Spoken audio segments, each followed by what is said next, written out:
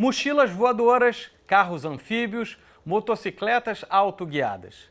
Muitas vezes sonhamos com um desses meios de transporte insólitos para fugir do caos do trânsito diário dos grandes centros. Para o renomado arquiteto e urbanista Jaime Lerner, existem soluções bem mais factíveis. No programa Entrevista de hoje, vamos falar sobre as tecnologias e inovações que estão sendo usadas ou planejadas para melhorar o problema da locomoção nas metrópoles. Seja bem-vindo, Jaime. Muito obrigado pela sua presença.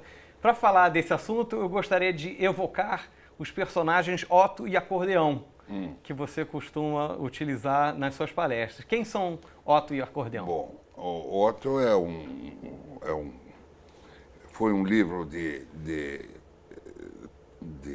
para crianças. Eu procurava mostrar os personagens de uma cidade.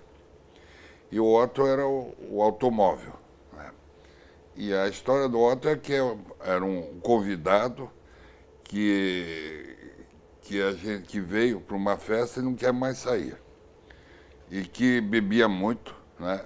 E tosse muito, né? E ao mesmo tempo muito egoísta, porque só transporta uma ou duas pessoas e quer tudo para ele, né? Mais viadutos, mais freeways. Infraestrutura, tudo é só para ele. Tudo para ele, tudo é muito mal acostumado. E aí eu sempre dava o exemplo de que o automóvel é como a nossa sogra mecânica, né? Você tem que tratar a tua sogra muito bem, mas você não pode deixar que ela comande a tua vida, né? Em outras palavras, se a única mulher da tua vida for tua sogra, você está perdido, né? E o acordeão, que é um ônibus grande, biarticulado, não é? Se fosse na Argentina, seria um bandoneão, mas ele é mais solidário, transporta 200, 300 pessoas e exige menos, é mais humilde e presta serviços de maneira muito melhor. Então, com esses personagens, elas vão fundo numa discussão sobre a mobilidade. Porque hoje em dia, felizmente, a gente está começando a sair disso, né? Havia aquele falso dilema, que a cidade ou é para o carro ou tem que ter um metrô, né? Nem o carro nem o metrô são a solução, né? A gente tem que entender que nas cidades 80% dos deslocamentos são na superfície. Então é a superfície que precisa ser melhor operada. É o ônibus, mas não um ônibus como opera hoje. É um ônibus metronizado. Metronizar o ônibus significa o quê? Mais rapidez, né? Pista exclusiva, embarque rápido, se paga antes, embarca no mesmo nível e não tem que esperar mais de 1 minuto. Isso é um sistema, é um ônibus metronizado. Mas a coisa está evoluindo muito mais. Hoje em dia, qual é o segredo da mobilidade? É misturar multimodalidade, né? E saber integrar, usar bem. Se você tem 2, 3 linhas de metrô, use bem. Se você tem ônibus, tem que operar bem o ônibus. A bicicleta. Em Paris, eles transformaram a bicicleta num transporte público, né? Que foi a grande, e hoje em todo o mundo, e cada vez mais. A bicicleta passou a ser quase uma coisa ideológica, né?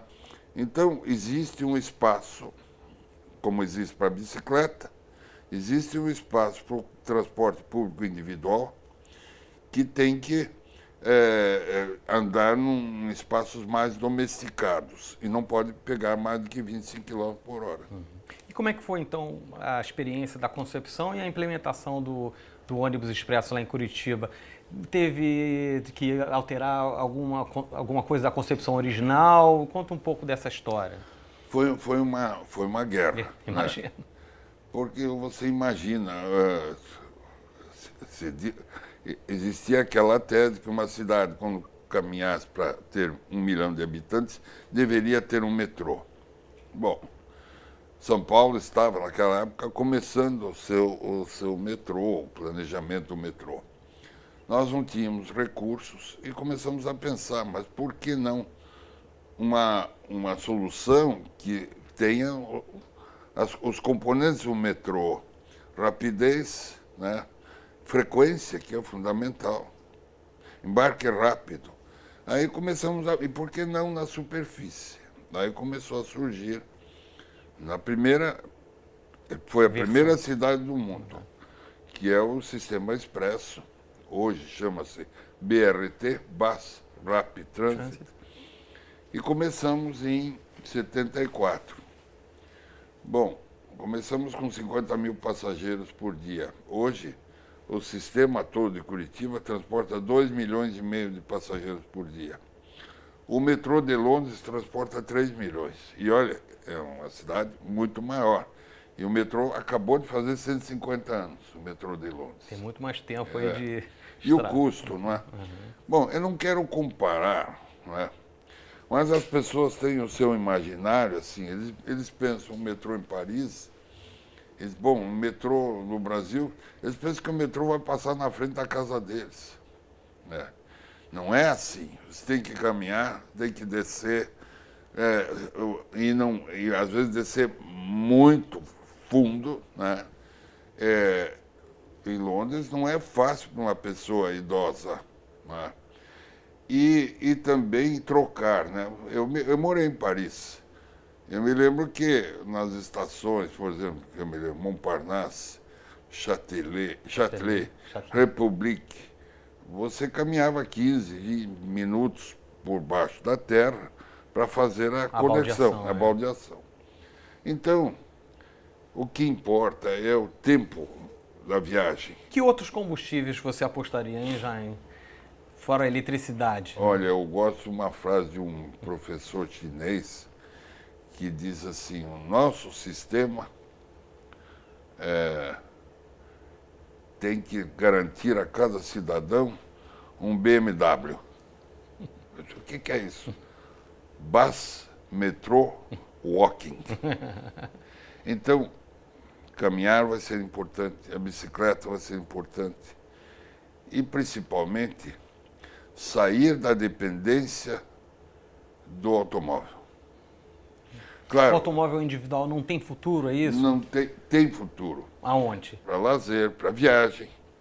Agora, para o teu itinerário de rotina, você vai ter que usar um sistema coletivo. Agora, ninguém vai mudar se a alternativa não é melhor.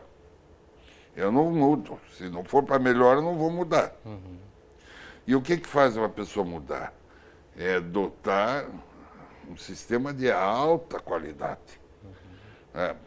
Porque não é só, tem que ter a alta qualidade, e isso é respeito à população. Então, eu vejo, olha, não dou nem 10 anos que o carro vai ser o cigarro do futuro. Quer dizer, Vai ter que ir no cantinho ali vai usar, ter que usar no cantinho, usar para alguns itinerários. Mas dentro da cidade está louco, não pode fumar, não pode usar carro. Nós estamos projetando, a nossa equipe, algumas cidades onde o carro não é essencial. Usamos transporte aquaviário, usamos um transporte público individual, a bicicleta. Em Porto Alegre também tem aquele projeto do aeromóvel. Tem um aeromóvel que a gente tentou, quando eu trabalhei aqui no Rio, a gente propôs. E não sei, naquela época, não havia muitos recursos para investir na tecnologia. E hoje... Parece que está indo muito bem, pelo que eu Vamos tenho. fazer uma ligação ao aeroporto, centro da cidade. É um sistema bastante bom. Bom, agora é para ligações diretas, não é para ficar parando. Isso, é ponto a ponto, né? Cada sistema tem a sua vantagem. E tem que saber usar todas essas vantagens. Agora, o importante é não ter mais que viajar do teu lugar de trabalho para moradia. E isso que os planejadores estão começando a fazer. Eu me lembro, antigamente, se falava para alguém, para um empreendedor imobiliário, que era importante ter o comércio embaixo, ele puxava os cabelos, não pode misturar comércio com a moradia. Hoje em dia eles lançam empreendimentos mixed use. Exatamente. Mas por quê? Porque, A obviamente... pessoa economiza 2 horas por dia, né, hoje em dia. Né? Olha, o segredo da felicidade está, primeiro, ser adivinhado, viver no contrafluxo. Isso. E terceiro, morar mais perto do trabalho.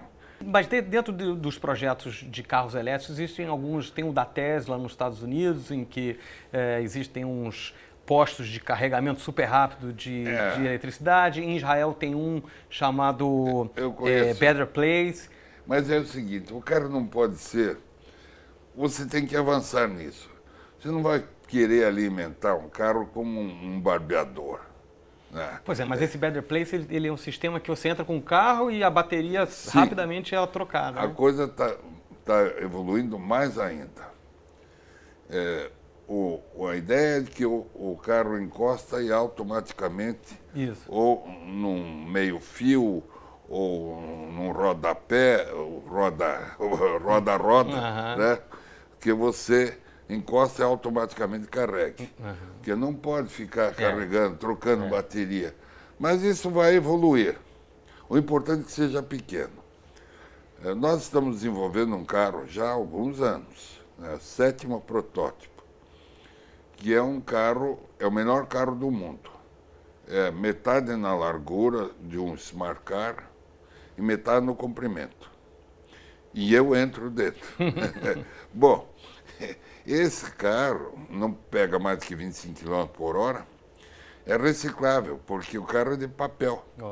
É um honeycomb, é aquele com 2 placas de cartão, resina, ele resiste a 200 quilos mais. Então, ele é altamente resistente e... Esse é o famoso dock-dock, né? Dock-dock. É de docar, ou de encostar. E hoje já está surgindo a tecnologia até para ônibus.